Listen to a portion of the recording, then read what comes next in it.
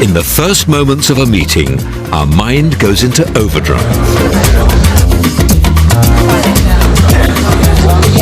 As well as processing and storing faces, it registers countless signals. But one signal, more than any other, affects the first impression we have of someone: the smile. It makes us feel they mean us no harm. But in fact, your mind doesn't always know whether or not a smile is genuine.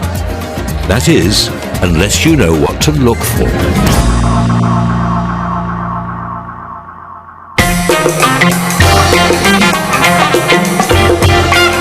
This is actress Jacqueline Haig, and according to the world's leading facial expressions expert, she has one of the best fake smiles in the business. But with our help, you'll be able to tell when even she is faking it. Anything that kind of smells more. Jacqueline appears to enjoy buying flowers. Hi, how are you? And she seems happy to have met a friend.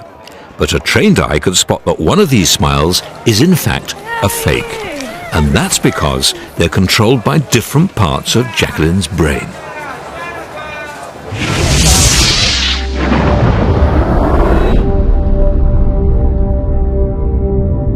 A fake smile involves a direct signal from one area of her brain to another. The part that plans what Jacqueline's going to do sends a signal directly to the part that controls her physical movement. This moves the muscles around her mouth and makes her smile. But no matter how hard she tries, there are parts of her face that this type of signal cannot reach. A genuine smile involves a different type of signal, one that takes a more complicated route. When her senses are stimulated by a genuinely pleasurable experience, this signal passes through the part of the brain that processes emotion. Here, it's boosted, so that when it arrives at the area controlling Jacqueline's facial muscles, it not only moves her mouth, it also moves the muscles around her eyes. They crease up and her eyebrow dips ever so slightly. Signs that show that of Jacqueline's two smiles, the one at the flower stall was the real thing. And however pleased she seemed to see her friend, she was in fact acting. So, mind. Mind reading is the ability to know, or at least to make an informed guess, what someone else is thinking. It's one of the most amazing skills the human mind possesses. And what's more, you do it with no apparent effort. Take this woman. In an instant, you can guess what she's thinking. And what's more, by also reading the mind of the person next to her, you can work out why she's feeling this way.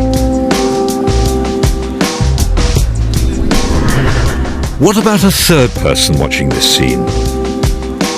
He clearly finds it funny that this man fancies someone who doesn't fancy him. While they've been reading each other's minds, you've been reading theirs. And what was happening in our heads to make it possible is astonishing.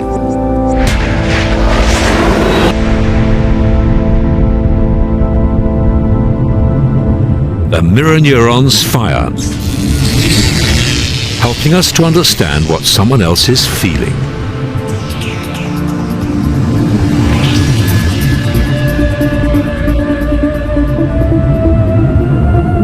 But then, many other parts of the brain are triggered.